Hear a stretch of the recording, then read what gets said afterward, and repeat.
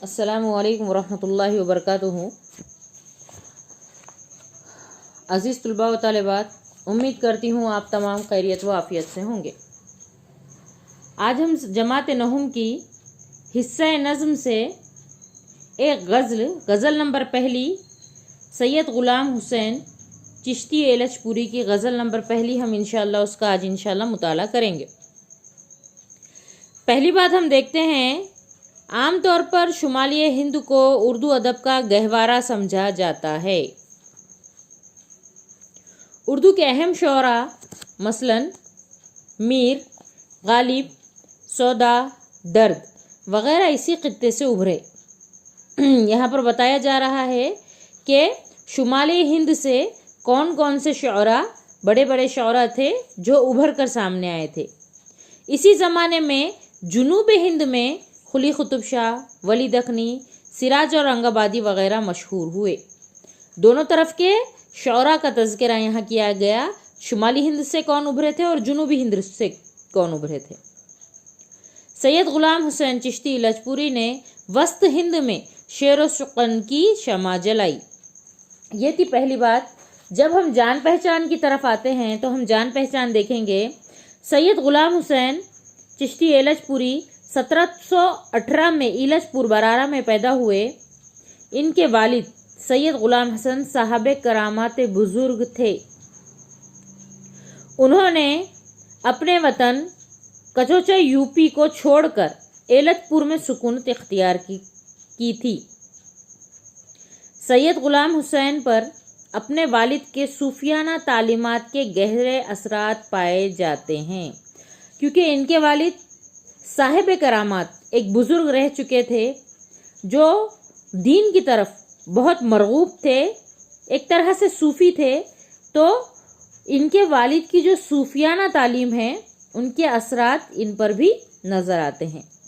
दीगर सूफिया की तरह वो भी मजहबी रवादारी और हिंदू व मुस्लिम इत्तेहाद के कायल थे। वो भी चाहते थे कि हिंदू और मुसलमान हमेशा मिलकर रहें। इनकी नज़्म एक रंगनामा कौमी यकजहती को फ़रोग़ देने वाली है। कलंदरनामा, इश्क़ालनामा, सुखीनामा और औधनामा भी इसी कबील की नज़में हैं। यानी जिस तरह यकरंगनामा कौमी यकजहती को फ़रोग़ देती थी, उसी तरह इनके बहुत सारी नज़मों के मजमूए यहाँ पर बताए गए हैं। नज़में वो भी इसी तरह की थी जो कौमी यकजहती को फ़रोग़ दिया करती थी। उन्होंने उर्दू दीवान के अलावा एक फ़ारसी दीवान भी छोड़ा। ग़ुलाम हुसैन एलचपुरी का इंतकाल एलचपुर में 1795 में हुआ था। ये हमने देखी जान पहचान। अब हम आते हैं गज़ल की तरफ। पिछली जमात में हमने पढ़ा था कि गज़ल का हर एक शेर एक दूसरे से जुदा जुदा होता है।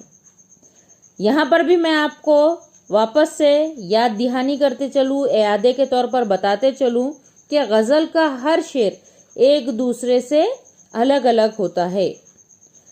गज़ल के अशार दो किस्म के होते हैं। पहला जो होता है वो इश्क़ हक़ीक़ी पर होता है। कुछ अशार इश्क़ हक़ीक़ी पर होते हैं।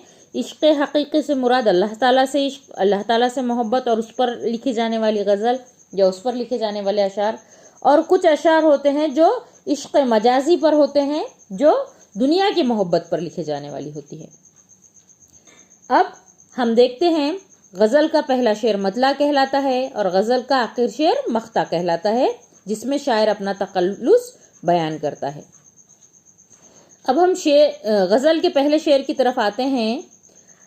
दर्द दिल गैर को बताऊं क्या, दर्द दिल गैर को बताऊं क्या, कोई हमदर्द नहीं सुनाऊं क्या। देखिए, यहाँ पर शायर अपने दोस्त से शिकायत बयान कर रहा है।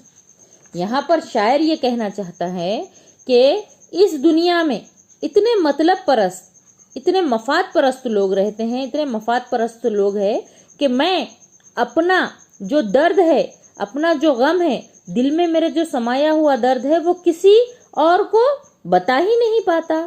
क्यों? कि यहाँ पर कोई हमदर्दी नहीं है जिसको मैं अपना दर्द बताऊं, अपना दर्द उसको सुनाकर उससे दूर कर सकूं। मुझको इस दुनिया में किसी पर भरोसा नहीं है। दूसरे शेर की तरफ आते हैं हम। जख्म सीने के मेरे सीने को, जख्म सीने के मेरे सीने को कोई जर्राह नहीं सिलाऊं क्या। देखिए यहाँ पर दो सीने इस्तेमाल किए गए हैं, दोनों के भी माना जुदा जुदा है, हमको सिर्फ उसको समझना है। यहाँ पर शायर कह रहा है कि जो जख्म मेरे सीने पर लग चुके हैं, सीना जो हमारे जिस्म का एक हिस्सा होता है, जो जिसके अंदर हमारा दिल होता है, शायर कह रहा है कि मेरे सीने पर इतने ज्यादा जख्म लग चुके हैं कि इसको सिलने के लिए, इसको सीने के लिए जर्राह यानी ऑपरेशन करने वाला, टाके डालने वाला कोई नहीं है। मेरे दर्द को समझने के लिए, मेरे इस जख्म को भरने के लिए, मेरी इस तकलीफ को, इस जगह को जहां पर शदीद चोट लगी है, इसको भरने के लिए कोई जर्राह मुझको नजर नहीं आता। ऐसा कोई हमदर्द, मेरा मरहम लगाने वाला मुझको नजर नहीं आता जो मेरे इस मर्ज का इलाज कर सके। कोई जर्राह मुझको नजर नहीं आता तो मैं इस जख्म को किस तरह सिलाऊं। गल के पानी हुआ है खूने जिगर, गल के पानी हुआ है खूने जिगर, दिल के टुकड़े किसे दिखाऊं क्या। अब यहाँ पर देखिए शायर कह रहे हैं कि मेरा जो खूने जिगर है, मेरा जो खून है, वो बर्दाश्त की हद के आगे चला गया, वो पानी बन चुका है। मेरा जो खून है, मैं इतना ज्यादा इसमें गम और गुस्से की कैफियत में हूँ, मेरा दिल बर्दाश्त करते करते थक चुका है, मेरा खून जिगर सारा पानी हो चुका है और मेरे जो दिल के है टुकड़े इतने ज्यादा हो चुके हैं। मगर अफसोस सद अफसोस बयान करते हुए ये कह रहे हैं कि मैं अपना ये दिल के टुकड़े, ये दिल के जो छोटे छोटे हिस्से हैं, वो मैं उसको किसे बताऊं, अपने गम से किसे मैं बाखबर कर सकूं। ऐसा कौन है जो मेरे दिल को जोड़ सके। अब अगले शेर की तरफ हम आते हैं। अपने आँखा की कैफियत कहकर, अपने आँखा की कैफियत कहकर चश्मे नरगिस कते रुलाऊं क्या। सबसे पहले तो हम ये मालूम करेंगे कि चश्मे नरगिस क्या है। चश्मे नरगिस एक फूल का नाम है जिसकी साख, जिसकी बनावट आँख की तरह होती है। अब यहाँ पे आँखा बयान किया गया है तो ये पहले की उर्दू है। जैसे यहाँ पर हम लोग पढ़ रहे हैं सुनाऊं क्या, नहीं, बताऊं, ये सब पुरानी उर्दू के अशार है। यहाँ पर अल्फाज माना में आप लोग देखेंगे कि बताऊं, सुनाऊं, ये बताया गया है कि गज़ल के काफियों का इमला पुराने तर्ज पर है, पुराने तर्ज और तरीके पर है। तो इसी तरह यहाँ पे आँखा बमुराद आँखें, हमारी जो दो आँखें हैं, शायर कह रहा है कि मेरी दोनों आँखों की कैफियत रो रो कर इस तरह हो चुकी है गोया के चश्मे नरगिस हो। आंसू बहाने वाली नरगिस की तरह मेरी भी आंखें रो चुकी है, नम हो चुकी है, सूज चुकी है। मेरी भी आंखों की कैफियत चश्मे नरगिस की तरह हो चुकी है। बोल सौसन के ज़बा सौ हाल अपना, बोल सौ सुन के ज़बा सौ हाल अपना, ऊंचाए बस्ता लब हंसा दूं क्या, हंसाऊं क्या। देखिए यहाँ पर सौसन एक फूल का नाम है। सो यहाँ पे से वो मुराद है क्योंकि ये पहले की उर्दू यहाँ पर बयान की गई है। यहाँ पर एक फूल के बारे में बताया जा रहा है। ऊंचाए बस्ताए लब यानी मुंह बंद कली, ऐसी कली जो खिली ना हो, जिसका मुंह बंद है। यहाँ पर शायर क्या कह रहे हैं, देखिए शायर इस शेर में बताना चाह रहे हैं कि शायर का जो हाल है वो सुनकर, सौसुन एक फूल का नाम है जो शायरी में इस्तेमाल भी किया जाता है। ये एक आसमानी रंग का फूल होता है, इसे गमगीन फूल भी कहा जाता है। गम की कैफियत इससे बयान की जाती है, इसे बहुत गमगीन फूल कहा जाता है।